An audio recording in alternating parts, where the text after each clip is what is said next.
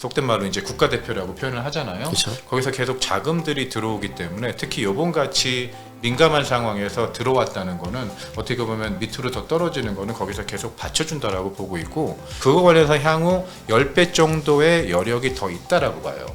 상대적으로 좀 큰 손이, 아주 큰 손이, 중국계 큰 손이 사주고 있기 때문에 큰 그거는 이제 지나갔다 정도로 그렇죠. 봐도 될 것 같은데.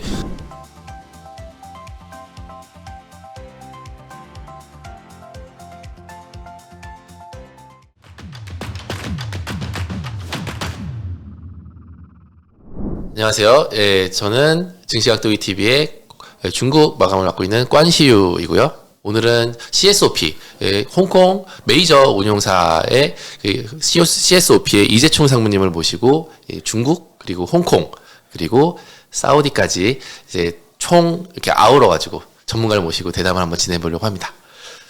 안녕하세요. 안녕하세요. 지금 메이저라고 그러셨는데 저희는 이제 홍콩 2대 운용사. 2대 운용사로 다시. 네. 두 번째로 큰 운용사거든요. 그래서 오늘 중국 관련 좀 얘기 좀 해드리고, 그리고 저희가 이제 작년 11월 달에 론칭한 좀 신통방통한 ETF가 있거든요. 그 관련해서 그 시장 관련해서 좀 설명 좀 드리고요. 기대가 많이 되는데 사실 저희가 이제 마지막으로 뵌 게 작년 말이죠. 작년 12월에 저희 선전과 홍콩을 갔을 때 대동을 해서 저희를 이렇게 인솔해서 왔다 갔다 도와주셨었는데 정말 많은 각도기님도 그렇고 꽤 충격이었거든요. 그때 생각하면은 홍콩 같은 경우는 저도 10년 전에 홍콩을 갔었지만 그때와 또 다른 홍콩의 느낌이 좀 있었고, 선전 중국은 사실상 처음 간 거나 마찬가지다 보니까 일대 혁명이었다라는 개인적으로는 그런 느낌이 있었는데, 최근에 중국도 그렇고 홍콩도 그렇고 워낙 이제 증시 상황이 녹록지 않아서 많은 분들께서 힘드신 상황인데, CSOP 그리고 우리 이재총 상무님께서는 지금 현재 상황에 대해서 어떻게 생각하고 계신지 좀 많이 여쭈려고 합니다. 특히 오늘 같은 경우에는 양회에서 굉장히 많이 기대를 했었는데, 사실 오늘 오후쯤에 발표가 나오긴 했었죠. 그래서 5% 정도를 설정한 거는 물론 모두들이 예상을 하고 있었고, 왜냐하면 그 전에 작년에 이제 5.2% 정도 올랐으니까 그건 기저 효과가 있기 때문에 5.2% 사실 굉장히 쉽게 달성할 수 있었던 거죠. 근데 이번에 5%는 조금 힘들게 달성할 거기 때문에 사실 모두들이 예상한 거였는데, 다만 이제 재정 적자 비율을 3%로 잡을 것이냐, 아니면 작년에 3% 잡았으니까 3.45, 4%까지는 진짜 기대하지 않았었어요. 그래서 여기서 약간 돈을 더 풀다라는 의지를 보여줄 거라고 생각했었는데, 아니나 다를까 약간 또 상반된, 저희가 중국 정부가 부양책을 더 내놓을 거라고 기대가 나올 만큼, 그러니까 약간은 상반되는 의견을 내놨기 때문에 그래서 조금 아쉽긴 하죠. 오늘 저희가 이제 3월 5일 그 전인대가 개막되는 날이었는데, 오늘 홍콩 증시 지금 아직 끝나지는 않았지만 거의 4% 넘게 이제 급락을 하는 걸 봤거든요. 네. 확실히 외국인들이나 중국의 큰손 투자자들은 오늘 이제 중국 정부가 말한 부분들에 대해서는 좀 일단은 실망 매물을 표출했다라고 보여지긴 합니다. 근데 또 여기서 또 다행으로 봐야 되는 건 뭐냐면, 본토 있는 주식들 중에 A들 중에 A주 중에 이제 하방 압력은 이제 지지를 하는 세력은 저희가 분명히 확인을 하고 갈 수 있었죠. 왜냐하면 이제 휘진투자공사라고 저희가 계속 말씀드리는 것들도 있고, 이제 우리가 속된 말로 이제 국가대표라고 표현을 하잖아요. 그쵸. 거기서 계속 자금들이 들어오기 때문에 특히 요번같이 민감한 상황에서 들어왔다는 거는 어떻게 보면 밑으로 더 떨어지는 거는 거기서 계속 받쳐준다라고 보고 있고, 사실 2015년도에 이 휘진투자공사에서 중국 A주에, 그러니까 본토에 있는 주식들이 투자한 양이 굉장히 많았었어요. 그래서 그 부분을 굉장히 많이 축소했기 때문에 그거 관련해서 향후 10배 정도의 여력이 더 있다라고 봐요. 저희가 봤을 때 2015년에 보유하고 있었던 거, 2023년 그러니까 작년 10월부터 막 사기 시작했던 거 있죠. 그때를 보면 향후 10배 정도 더 보유할 게 있고, 그리고 그 2015년 또 23년까지 계속 어느 정도 일정 물량을 보유하고 있었기 때문에 그 물량들이 시장에 나와가지고 문제가 된다거나 아니면 굉장히 장기적으로 보유하고 있을 거라서 제 생각에는 A주 같은 경우에는 특히 하방 압력은 이제 그래도 좀 덜하다라고 말씀드립니다. 상대적으로 좀 큰 손이, 아주 큰 손이, 중국계 큰 손이 사주고 있기 때문에 그거는 이제 지나갔다 정도로 봐도 될 것 같은데, 사실 근데 저희 각도기 TV를 보시는 분들도 그렇고 한국에서 소위 이제 중국의 기업에 투자하시는 분들의 상당수가 홍콩이나 미국에 상장되어 있는 ADR 형태로 해서 테크주들을 많이 투자를 하시거든요. 그러다 보니까 아무래도 홍콩 쪽에 좀 더 관심이 많으신데, 홍콩은 근데 중국만큼의 그런 이제 부양이나 이런 것들이 여력이 잘 받쳐지지 않는 것 같은데, 그 부분은 왜 그렇다라고 가장 큰 건 뭐냐면 홍콩 같은 경우에는 자본 시장이 굉장히 유입이 원활하기 때문에. 그러니까 중국 시장 같은 경우에는 느리게 들어가지만 빠져나올 때 느리게 움직이잖아요. 그쵸. 왜냐하면 중국에 투자하기 위해서는 뭐 주식 같은 경우에 커넥트로 들어가는 거, 선호강통, 그 다음에 우리가 얘기하는 QF 있죠. 일정 자격을 가진 사람들이 들어가는 기관 투자들이 거기 때문에 한도가 기관 투자자들이 있어요. 가져가는 부분, 그래서 QF라고 부르는데 그분들 때문에 사실 투자에 대한 제한이 있긴 하지만 반대로 빠져나올 때도 약간 제한이 있긴 해요. 그래서 그 움직임에 대해서. 그래서 홍콩 같은 경우에는 굉장히 빠르게 움직이죠. 그렇습니다. 아직도 항생 테크에, 그러니까 우리가 봤을 때 지수에 들어가 있는 이미 뭐 Foreign Direct Investment라고 하죠. FDI로 들어가는 것들은 서방 자금도 굉장히 빠져나가는데 아직도 항생 테크에 있는 종목들, 알리바바, 텐센트, 이번에 리오토 같은 경우에도 뭐 거의 그 비중이 1위를 차지할 정도로 가격이 많이 올랐었잖아요. 거기에 들어있는 작업들이 서방 자금들이 개인 일정 종목에 투자한 것들이 있기 때문에 빠져나가는 것들이 있죠. 왜냐하면 중국 정부의 전체적인 믿음이라든가 아니면 중국 경제의 방향성 때문에. 근데 사실 그 기업들의 이제 펀더멘탈은 굉장히 견조하고요. 사실 아시다시피 이번에 그때 신청 가서 보셨다시피 전기차들. 그 전기차들의 성능이라든가 아니면 전기차 판매량이라든가 길거리에 있는 것들은 굉장히 견조하기 때문에 큰 문제는 없는데 다만 밸류에이션 측면에서 센티먼트가 안 좋기 때문에 빠져나가는 자금들이 있다. 네, 저희가 이번에 양호에서 기대했던 거는 중국 정부가 이거에 대한 신뢰를 회복하기 위해서 조금 강한 메시지를 보내줬으면 이게 정책상에서. 근데 이제 그게 조금 미흡한 부분이 있고. 근데 제가 이제 믿건데 중국 정부가 그 선택적인 측면에서 일정 각각 분야의 부양책들을 내놓을 거라고 저는 생각하고 있어요. 그럼 일정 그 선택적인 부양을 한다고 하면은 그게 어떤 섹터가 부동산 주로 쪽이 있을까요? 우선 있어야겠죠. 그래서 부동산 얘기를 제가 드리자면 사실 지난주에 심천 갔다 왔거든요. 그러니까 일본 출장 가고 그 다음날 와가지고 심천에 출장을 갔었어요. 예. 그래가지고 이제 심천에 푸티안이라고 그 금융 네, 저희 이제 한번 같이 들어왔었죠. 갔었잖아요. 네네. 거기에 이제 심천 거래소 바로 옆 뒤에 아파트가 있어가지고 같이 갔었던 일행들한테 저희 본사가 저기 심천에 있으니까 예. 물어봤는데 저 아파트가 20% 정도가 빠졌다고 그러더라고요. 상당히 오래되지 않고 한 10년 정도 되고 옆에 조그만 공원도 있는. 제가 딱 봐도 이건 너무 사고 싶은. 그런 금융 쪽에 있는 사람들이 있으니까 거기서 있고. 중국의 월스트리트에 해당되는 곳에 레지던스인데 그렇죠. 여의도에 조그만 그렇죠. 여의도로 레지던스가 되고요. 있는 거죠. 그 옆에 공원도 딸려 있고. 그래서 너무나 괜찮은 건데 20% 빠졌는데 1년 전 대비해서 가격인가요? 근데 더 지금 살려는 사람 매수세가 있느냐 없다라고 그러더라고요. 가장 큰 문제는 지금 이 중국에서 수요자들이 아직도 버티기를 하는 거죠. 왜냐하면 얼마나 더 가격이 떨어질지 모르니까 사긴 사야 되는데 그리고 이것들에 대해서 그 나중에 이제 자기 뭐 소유라든가 아니면 그 거주용을 사야 되는데 가격이 더 떨어질지 모르니까 과연 이자율 LPR이 많이 떨어졌다고 25베이스 떨어뜨렸잖아요. 최근에 5년물 LPR을 내렸죠. 네. 아직까지는 가격이 떨어지기 기다리는 거죠. 사실 그 부분이 제일 증시 투자하는 입장에서도 크리티컬하다고 생각이 되는 게 결국은 중국의 부동산이 바닥을 확인해야 말씀하신 것처럼 인민들이 비로소 이제 내구재나 좀 큰 물건들을 사기 시작할 거고 예금 막대한 예금 쌓여 있다고 하는데 그 예금이 헐리면서 이제 소비로 이어지면서 경제가 사실 선순환으로 돌아갈 거기 때문에 결국은 키는 부동산이다. 저나 도기님이나 항상 이제 방송하면서 결국 결론은 그거였던 것 같은데 뭐 지금으로서는 그렇게 가격이 떨어지는데도 매수가 안 붙는 거 보면은 매수를 안 하는 거게 되는 거죠. 사모님 어느 정도 기간이 더 걸릴 거다라고 굉장히 힘든 질문입니다. 사실 중국 정부의 의지가 달려 있죠. 중국 정부가 그거에 대해서 정책적이라든가 아니면은 일선 도시에 대한 구매에 대해서 더 폭넓게 풀어준다 그러면 굉장히 빠른 속도로 될 것이고 아니면 이것들이 자정 효과를 통해서 간다 그러면 좀 더 오랜 시간이 걸릴 것이고 근데 제가 판단했을 때는 중국 정부는 이미 3조 홍 그거 있잖아요. The Three Red Line. 예. 한자로는 제가 3조 홍선이죠. 세 가지 레드라인이라고 해서 LTV 비율이라든가 이런 것들을 맞습니다. 다 만들어 놓은 거 있죠. 네네. 부채 비율이 100% 못 넘게 하는 것들. 그게 이미 코로나 전에 만들어져서 그 이제 시진핑의 수석, 네. 의지는 거기에 버블이 많이 끼어 있다. 공동 부유 이번에 다시 강조했던 것처럼 주택은 그 투기가 아니라 이제 제가 사는 것이다. 투자 대상이 아니고 투자 대상이 아니라 방주불초. 내가 주거용이다라는 것들이 너무 분명하기 때문에 제 생각엔 중국 정부의 의지는 너무 보이는 것 같아요.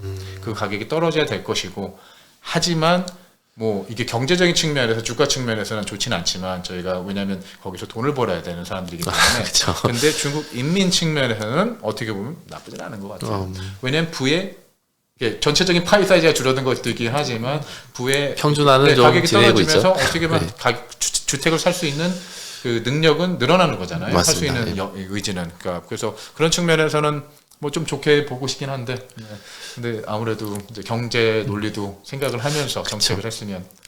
실제 중국 정부도 이제 부동산을 일단 최근 들어서는 뭐 일선 도시 위주로 그래도 홍콩도 마찬가지로 이번에 뭐 인지세를 폐지하고 LTV도 낮추고 여러 가지 부양책을 펼치고 있지만 긴 흐름들에서는 사모님 말씀하신 것처럼 부동산이 과거처럼 이렇게 막 펌핑이 돼가지고 또 빈부격차가 심해지고 이런 것들을 원하지는 않을 거다. 그렇죠. 예. 근데 그러면은 결국은 부동산을 대체할 무언가가 있어야 될 것 같은데 그렇죠. 이제 그게 무엇이 될까에 대해서도 사실 말들은 많은 것 같거든요. 그렇죠. 저속 성장이죠. 과거처럼 고속 성장이 아니라. 사실 부동산이나 아니면 부동산과 연결된 지방 정부 부채 있죠. 우리가 얘기한 지방 정부 융자기구. 사실 이 모든 것들이 부채에서 온 것들이네요. 그래서 레버리징이 너무 심하게 돼 있어가지고 디레버리징이 일어날 것이라고 보는데, 근데 지금 방금 설명했던 것처럼 부동산 쪽에서 디레버리징은 부동산 가격 거품이 떨어지면서 거품이 꺼지면서 이제 일어날 것이고, 이제 지방 정부의 이제 그 부채가 이제 심각한 문제긴 하죠. 다른 축으로 이걸 어떻게 해결해야 될 것이냐 쉽지는 않을 것 같아요.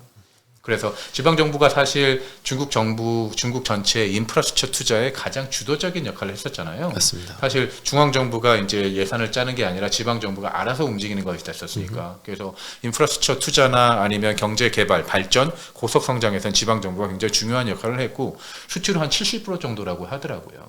근데 요번에 그 11개 자치구, 그러니까 네이몽고라든가 아니면 몇 개를 지정해서 더 이상 그쪽에서 인프라스트럭처 투자를 자신들이 못하게 중앙정부에서 직접 컨트롤하게 만들어 버렸잖아요. 맞습니다. 예. 그래서 거기서 투자를 하게 되면 중앙정부의 승인을 받아야 되는, 그러니까 위험지역으로 구분하면서 그런 식으로 중앙정부의 통제가 들어갈 건데, 그렇게 얘기는 과거에 이제 아무리 이제 저희가 통화 정책 완화적인 걸 하거나 아니면 재정 정책을 더 늘렸다고 하더라도 그 재정 정책이 그 지방 정부까지 해서 그 효과를 미칠 능력이 제한이 되는 거죠.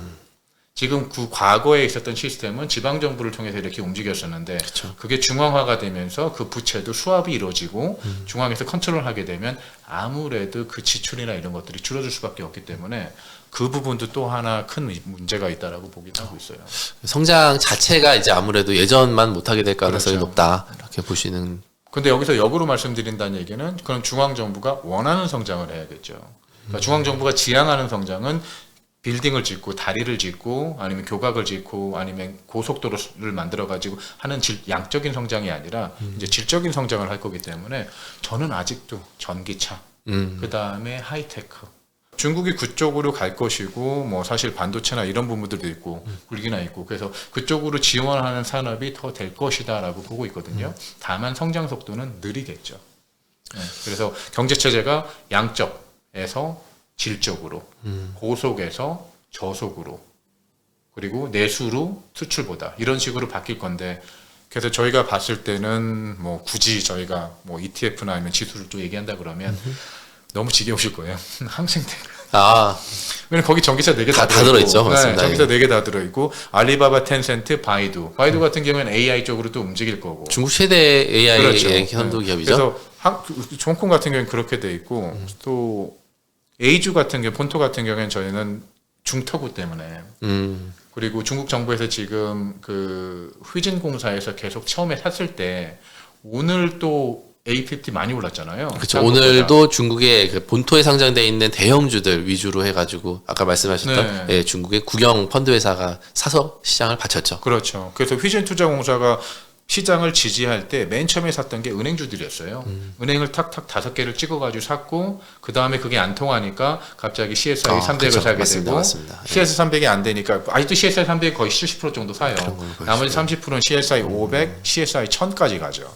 그러니까 저희가 봤을 때는 또 중터구라는 거는 같은 개념이에요. 아시아 3개국이 일본의 아베노미스가 했던 그 밸류에이션 개선, 예. 그리고 한국에서 지금 하고 있는 밸류업 프로그램. 프로그램이랑 맞습니다. 사실 중터구도 중국 특색이 있는 밸류업 프로그램이거든요. 굉장히 같은 개념이기 때문에 그래서 굳이 저희가 뭐 인덱스를 이제 지수를 선택하라 그러면 본토는 A50, 홍콩은 아니 항생 테크 죄송합니다. 이렇게 생각합니다. APP팀에는 이제 중국의 본토에 상장돼 있는 기업들 중에서 시가총액 50위 이내 기업이고요.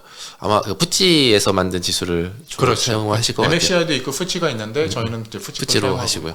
저도 실제 이제 중국의 소비주라든가 아니면 이제 홍콩에 상장돼 있는 이런 테크주들, 민영 테크 기업들 주가가 본격적으로 상승하는 시기는 말씀하신 것처럼 실제 경제 지표가 지금 경제 지표는 분명히 아직 바닥을 확인하는 과정이거든요. 아주 살짝 좋아졌어요. PMI가. 아, 네. 49.9에서 50.0 뭐 이런 식으로. 그렇죠. 예. 네. 사실 작년 11월에 오셔가지고도 그때 이제 말씀하셨을 때도 홍콩이나 중국에 대해서 좀 이제 바닥을 다질 수는 있지만 좀 더 시간이 많이 걸릴 것 같다라는 오늘 말씀하셨던 게 기억이 나는데 그때 그 말씀을 들었어야 되는데라는 이제 후회를 지금 한번 해본 부분들이 있고요. 그리고 또 한 번 그때 같이 언급을 하셨던 게 사우디. 네. 사우디의 잠재력 그리고 이제 중국과 사우디와의 관계에 대해서 잘 봐야 된다는 부분들. 최근 들어서 보면은 브릭스 건도 있지만 중국과 사우디의 그 경제적인 부분들 교류와 이런 것들 뉴스가 굉장히 많이 나오거든요. 굉장히 많이 나오고 있죠. 네, 그런 것들 보면은 언제는 좀 집중해서 봐야 되지 않겠느냐는 생각도 많이 들긴 합니다. 네. 비전 2030이잖아요. 빈살만 왕세자의 목적이 그렇게 돼서 이번에 부산과 경합했던 그래서 비전 2030 엑스포를 사우디아라비아 리야드 수도에서 할 수밖에 없었던 이유. 그러니까 빈살만의 목적은 뭐냐면 2030년에 엑스포를 열어서 사우디아라비아가 얼마나 발전되는지를 자신의 성과를 보여주고 싶은 거고. 근데 그런 성과를 달성하기 위해서 굉장히 많은 노력들을 하거든요. 그래서 우선 이제 저희가 ETF를 론칭한 것도 어떤 그런 계기 중에 하나고. 네. 사우디 같은 경우에는 국부펀드 있잖아요. PIF를 통해서 그 회사, 그러니까 자국 안에 있는 기업들한테 굉장히 많은 투자를 해요. 그래서 우리가 사우디 국부펀드 같은 경우에는 보면은 전 세계에서 가장 큰 국부펀드로 등극을 했죠. 그게 아마 작년 말인가 올해 초에 그 뉴스가 나오긴 했었어요. 그래서 그 사이즈를 가지고 사실 아람코 같은 경우에도 사우디 왕실이 소유를 하고 있잖아요. 그렇죠. 그렇죠. 그래 아람코 같은 경우에도 상장된 비율이 전체 자기 이제 극히 일부다라고 20% 정도. 그리고 이제 그거에 대한 그 상장을 더 시킬 것이고, 그러니까 사유화를 하겠다는 얘기죠. 예. 가지고 있는 거를 IPO를 해가지고 사유화를 시키는 건데 아람코만 있는 게 아니라 굉장히 다른 많은 기업들을 가지고 있거든요. 그러니까 광산이라든가 아니면 인더스트리얼 기업이라든가 이런 기업들에 대해서 IPO가 굉장히 예정돼 있어요. 그렇게 되면 이제 사우디 증시 전체가 굉장히 커지긴 하죠. 그리고 가장 큰 거는 뭐냐면 사우디 왕세자가 목표로 삼고 있는 네옴시티 프로젝트, 그다음에 더 라인 프로젝트 너무 많이 들어보셨잖아요. 그리고 킹 살만 공원, 그러니까 빈 살만의 할아버지의 이름을 딴 킹 살만 공원인데 네. 그게 전 세계에서 가장 큰 도심 공원이 될 거라고. 그런 식으로 지금 건설이 굉장히 많이 되고 있는데 사우디의 목표는 뭐냐면 지금 국가 GDP도 전 세계 17위 정도예요. 정확하게 수치를 제가 찾아보시고 해서 제가 틀릴 수도 있지만 제가 기억하는 걸로는. 그리고 증시로 있죠. 사우디 캐피탈 마켓으로 보면 한 15위 정도가 되는데요.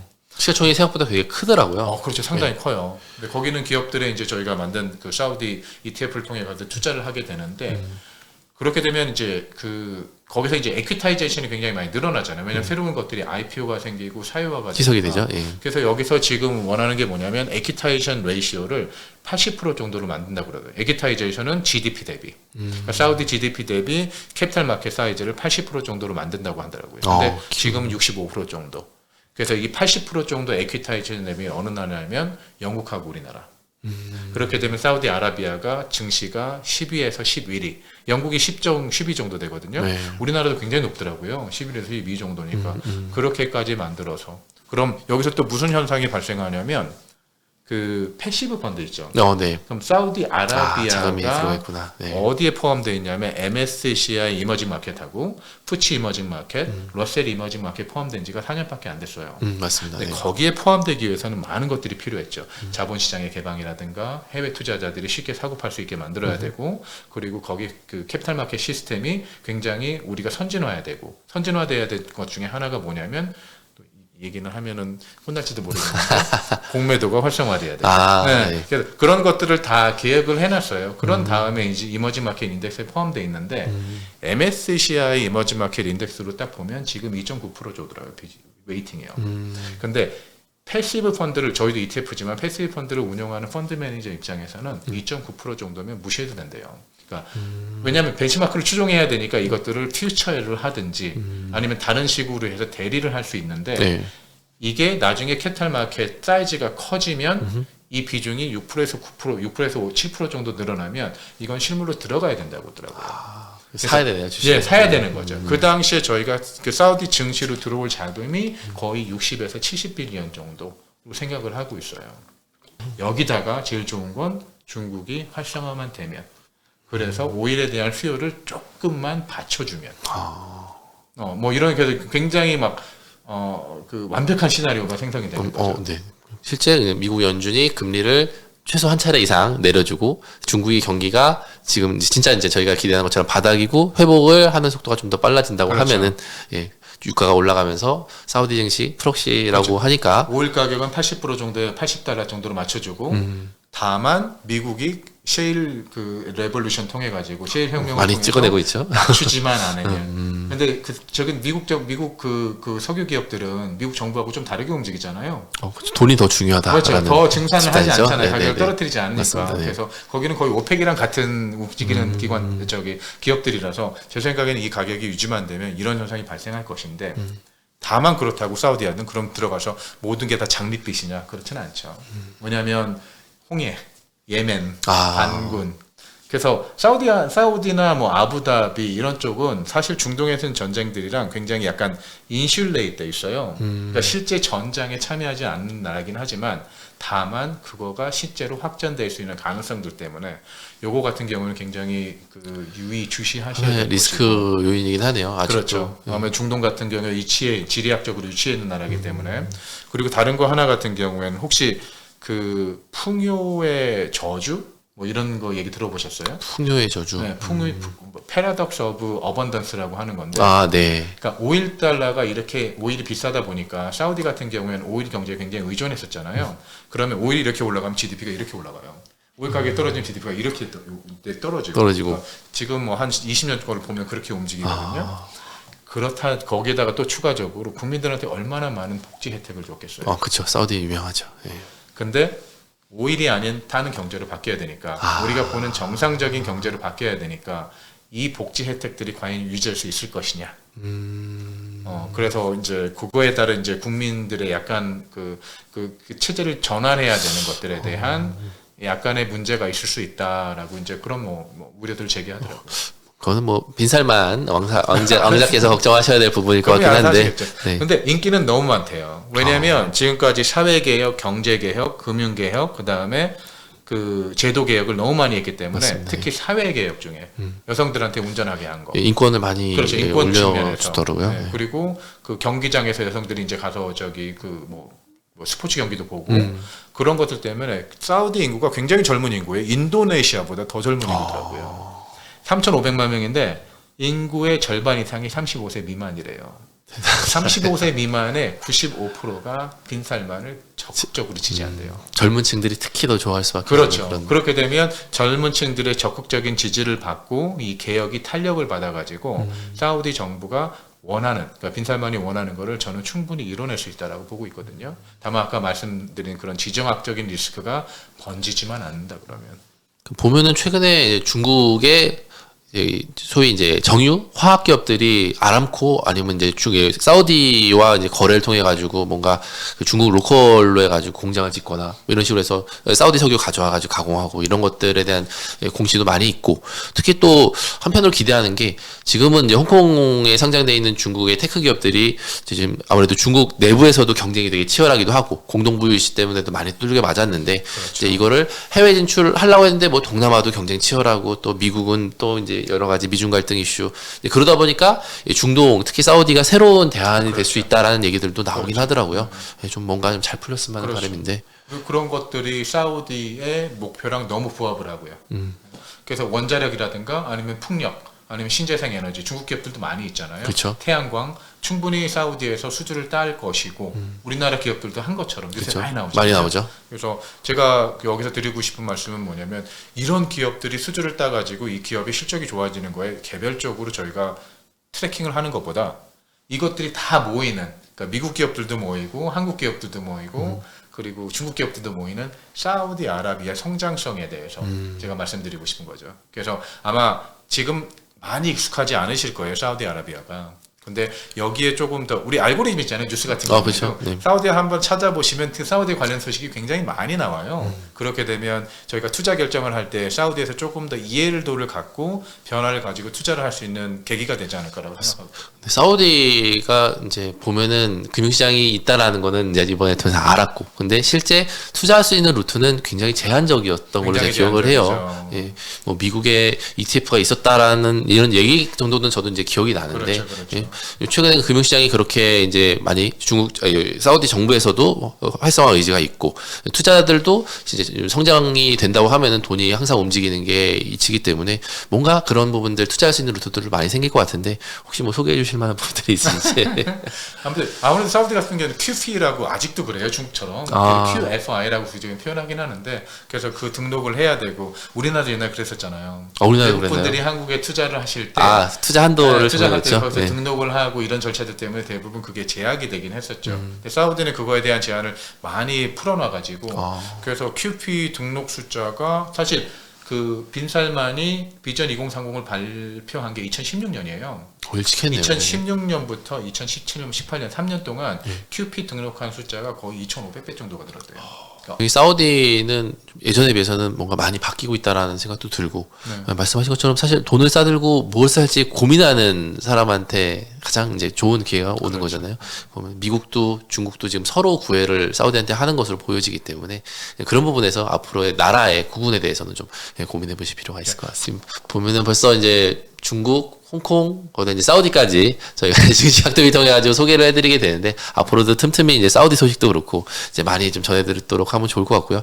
사실 오늘 이제 양회 특히 전인대에 가장 중요한 업무 보고가 있었던 날인데, 생각보다 좀 이제 기대에 미치지 못하는 이제 중국 정부의 발표가 있었다 보니까 증시가 좀 하락을 해서 그랬지만, 말씀하신 것처럼 길게 보면은 중국도 결국은 이제 테크 기업들을 육성을 해서 이제 저성장을 탈피할 수밖에 없는 숙명을 갖고 있기 때문에 그런 부분에서 좀 더 좀 중장기적인 시각을 갖고 잘 접근해 보시면 좋지 않을까 싶습니다. 오늘은 저희가 그래서 이제 홍콩 2대 운용사인 CSOP의 이재총 상무님을 모시고 이렇게 이제 홍콩 그리고 중국 사우디까지 해서 한번 쭉 총망라해서 대담을 나눠봤습니다. 그래서 앞으로도 추후 이제 종종 모셔가지고 최근 근황에 대해서는 팔로우업해서 안내를 드릴 예정이니까요. 많은 분들께서도 앞으로도 계속 관심 부탁드리겠습니다. 예, 오늘 소식 여기까지고요. 저희 인사드리겠습니다. 감사합니다. 감사합니다.